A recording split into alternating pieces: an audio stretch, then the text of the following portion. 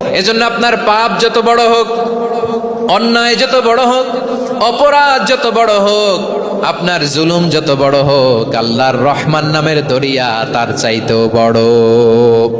আল্লাহ বললেন, কুলিয়া ইবাদিয়াল্লাযীনা আসরাফু আলা আনফুসিহিম লা তাকনাতু মির রাহমাতিল্লাহ ইন্নাল্লাহা ইয়াগফিরুয যুনুবা জামিআ ইন্নাহু হুয়াল গফুরুর রহিম। ও আমার গুনাহগার বান্দারা শোনো, জুলুম করেছো, ভুল করেছো, অন্যায় করেছো, আল্লাহর রহমত থেকে নিরাশ হয়ো না। আমরা বিশ্বাসীরা কশিনকালেও আল্লাহর রহমত থেকে নিরাশ হব না, ঠিক কিনা বলেন? আল্লাহর রহমত থেকে নিরাশ হবেন? ভুল করে ফেলছেন, আরে ভুল তো সবাই করে। পাপ হয়েছে, আরে পাপ তো সবার আছে, আপনারা সবাই পাপী, সবাই পাপী। যত পাপ হোক, ভুল হোক, অন্যায় হোক, অনুতপ্ত হয়ে তওবা করে, ওযু করে, জায়নামাজটা বিছিয়ে সেজদা দিয়ে চোখের পানি ছাড়েন।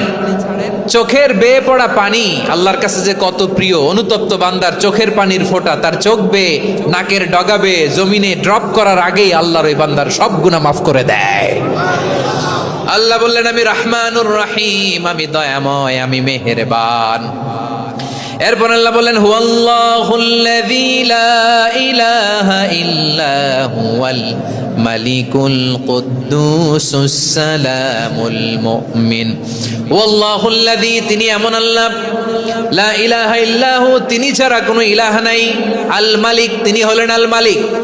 দুইটা শেষ, আর রহমান আর রাহিম শেষ। এবার আল্লাহ 3 নাম্বার গুণবাচক নামের পরিচয় দিচ্ছেন। আল্লাহ বলছেন, আমি হচ্ছি আল মালিক। আমি কি? মানে সম্রাট। আল মালিক মানে হচ্ছে the king, the king of kings, সব রাজার বড় রাজা, মহারাজা। তার চেয়ে বড় রাজা আর কেউ নাই, তার চেয়ে বড় সম্রাট আর কেউ নাই, তার চেয়ে বড় ক্ষমতাধর সত্তা মহাবিশ্বে দ্বিতীয় কেউ নাই। চিৎকার করে বলেন ঠিক কি না? তিনি আল মালিক। আল মালিক মানে ক্ষমতাধর, ক্ষমতার মালিক, রাজা ধীরাজ বাদশাহ। তার ক্ষমতা আর আমাদের ক্ষমতা একরকম নাকি? হ্যাঁ, আমাদের দুনিয়াতে ক্ষমতা অস্থায়ী ক্ষমতা, ঠিক কিনা বলেন? আইজ আছে কাল নাই, এরকম না ক্ষমতা? আল্লাহর ক্ষমতাও তো এরকম না, আইজ আছে কাল নাই এরকম। দুনিয়াতে দেখবেন কোন দেশের প্রেসিডেন্টের 4 বছরের ক্ষমতার মেয়াদ, কোন দেশে 5 বছরের। আল্লাহর কয় বছরের? 10 বছরের নাকি 20 বছর, 100 বছর। আল্লাহর ক্ষমতার মেয়াদ কতদিন বলেন? বুঝে থাকলে বলেন তো। চিরকাল তার ক্ষমতার মেয়াদ। চিল্লায় বলেন ঠিক কিনা?